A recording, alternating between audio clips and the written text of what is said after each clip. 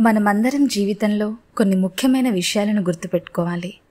ఎదుటివారి లోపాలని ఎప్పుడూ కూడా మన మనస్సులో పదే పదే తలుచుకుంటూ ఉండకూడదు.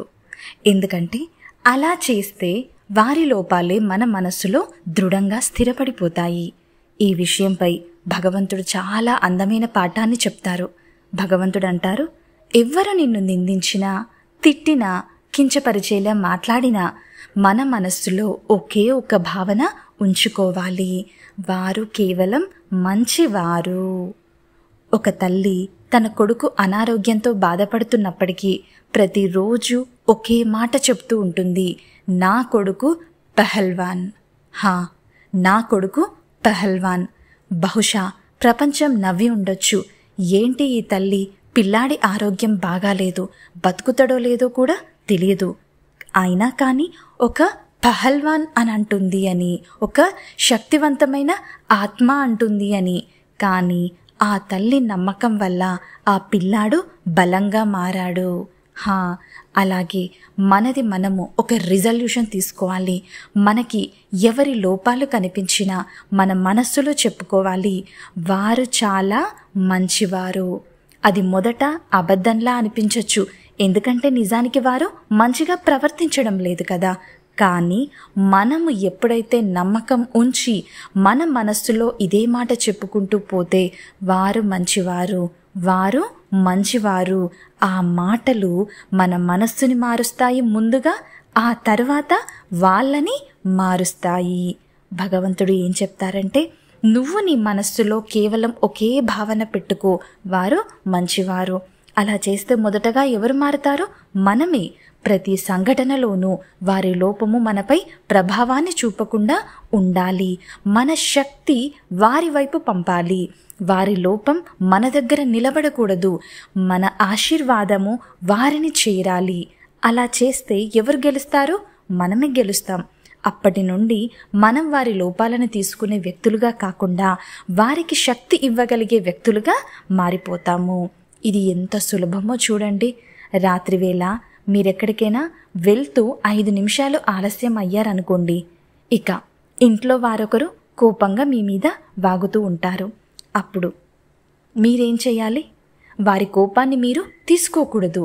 వారు పాడుతున్న పాట వదిలేయండి, మీ పాట మీరు పాడాలి. మీ పాట ఏంటి? వారు కేవలం శాంతిమయులు, వారు నన్ను ప్రేమతో చూస్తున్నారు, వారు నన్ను అర్థం చేసుకుంటారు.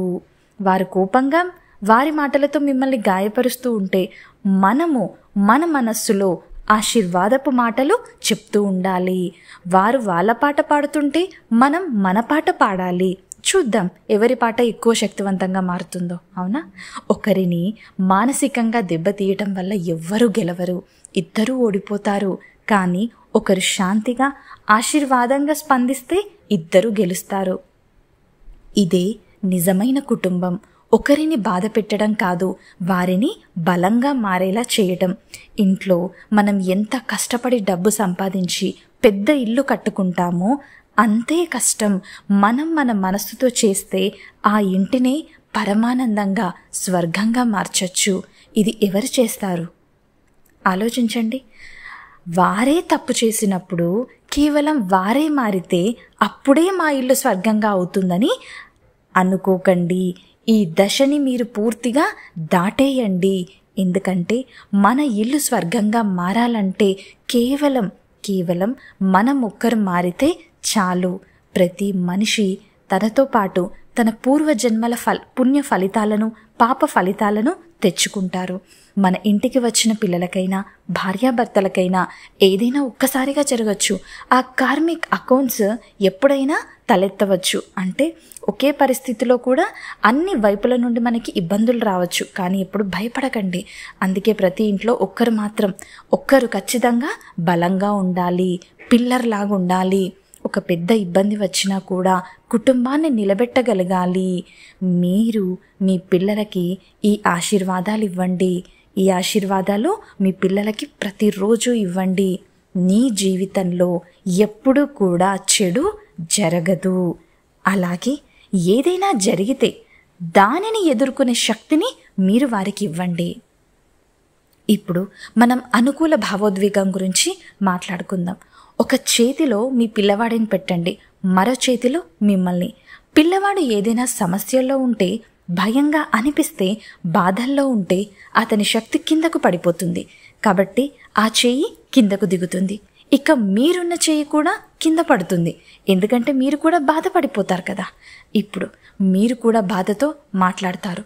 అప్పుడు పిల్లవాడు ఇంకా కిందకు పడిపోతాడు. కానీ ఇప్పుడు ఏం చేయాలి? ఎప్పుడైతే మీరిద్దరు ఎమోషనల్గా పూర్తిగా డౌన్ అయిపోతారో అప్పుడు దాన్ని ప్రేమ అంటారా?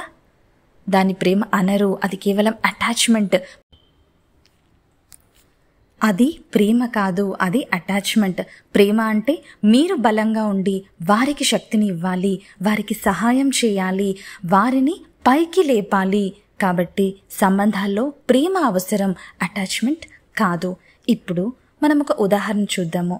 ఒక కుటుంబంలో 4 కలిసి బయటకు వెళ్తున్నారు. ఒకరు కాలు జారి కింద పడిపోయారు. మిగిలిన వారు ఏం చేయాలి మరి? వారి దగ్గరికి వెళ్ళి పైకి లేపాలి కదా.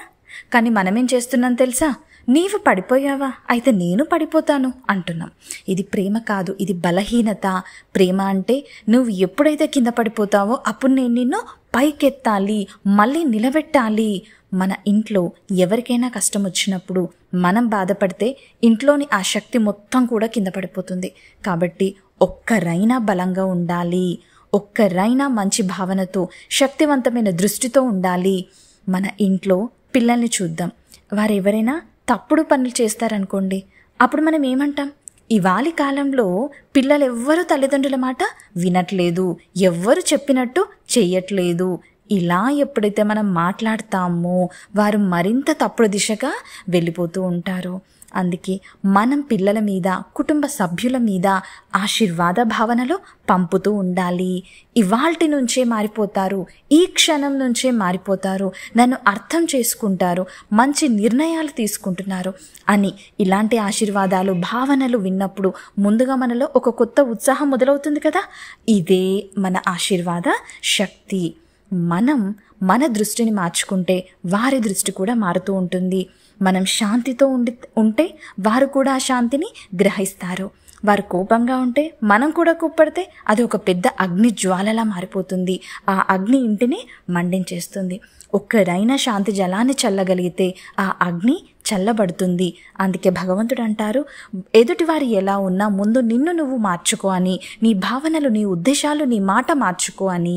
ఈ మార్పు వల్ల మన ఇంటి వాతావరణం మారుతుంది, మనం తీసుకునే నిర్ణయాలు మారుతాయి, మన బుద్ధి పూర్తిగా బలపడుతూ ఉంటుంది. ఇప్పుడు ఒక చిన్న ఫార్ములాని, ఒక సూత్రాన్ని గుర్తుంచుకోండి. వారు నన్ను బాధ పెట్టారు అనే బాధని మన మనస్సులో నిలబెట్టుకుంటే మన బుద్ధి ఎప్పుడు కూడా పనిచేయదు. అలాగే మనం వారిని మంచివారిగా ఊహించుకుంటే మన శక్తి వారిని కూడా మార్చగలదు. ఇప్పుడు ఒక చిన్న ఎక్స్పెరిమెంట్ చేద్దాము. రాత్రి నిద్రపోయే ముందు ఒకరిని గుర్తు తెచ్చుకోండి, ఒకరు మిమ్మల్ని బాధ పెట్టిన వారిని గుర్తు తెచ్చుకోండి. అప్పుడు కేవలం ఇదే సంకల్పాన్ని మీ మనస్సులో పదే పదే రిపీట్ చేయండి. వారు మంచివారు, వారు మంచివారు, వారిలో ఎల్లప్పుడూ నాపైన కేవలం అంటే కేవలం శుభ భావన మాత్రమే ఉంటుంది అని. ఇదే మీ మనసులో రిపీట్ చేస్తూ పడుకోండి. అప్పుడు మీ మనసు పూర్తిగా శాంతిని పొంది మీరు మంచిగా నిద్రపోతారు. అలాగే ఎప్పుడైతే మీరు ఉదయం నిద్రలేస్తారో అప్పుడు ముందుగా మీ దృష్టి మారిపోతుంది. ఒకరిపై ప్రేమ దృష్టిని ప్రదర్శించగలగడం అంటే అది చాలా గొప్ప శక్తి కదా. ఒకవేళ వారు తప్పు చేసినా మీ మనసులో కేవలం వారిపైన శుభ భావన మాత్రమే ఉంటుంది. అప్పుడు నెమ్మదిగా వారు కూడా ఖచ్చితంగా మారిపోతారు. ఈ ఎక్స్పెరిమెంట్ చేయండి.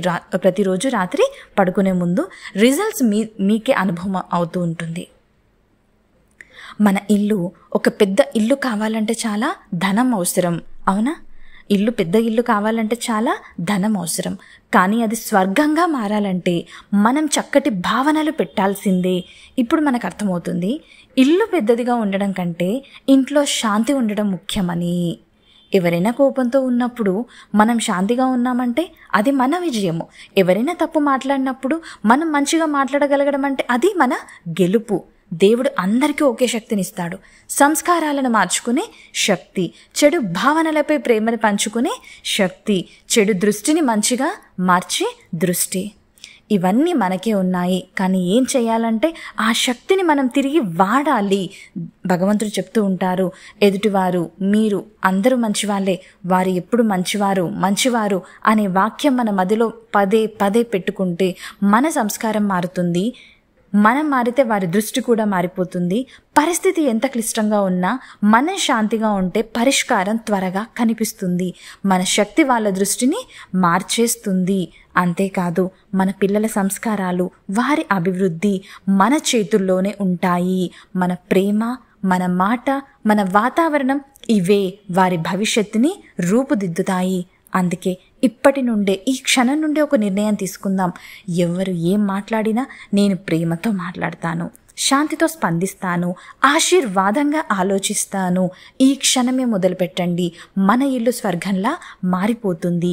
పిల్లలు ప్రశాంతంగా ఉంటారు, భార్యాభర్తలు ప్రేమతో ఉంటారు, వృద్ధులు సంతోషంగా ఉంటారు. ఇలా ఒక మంచి శక్తి ఇంట్లో నిండి వెలుగుతూ ఉంటుంది. ఇది భగవంతుడిచ్చిన ఉపదేశము. ఈ పాఠాన్ని ప్రతిరోజు జీవితంలో అమలు చేస్తే మన జీవితమే మారిపోతుంది. మన ఇల్లు ఒక స్వర్గంలా మారిపోతుంది.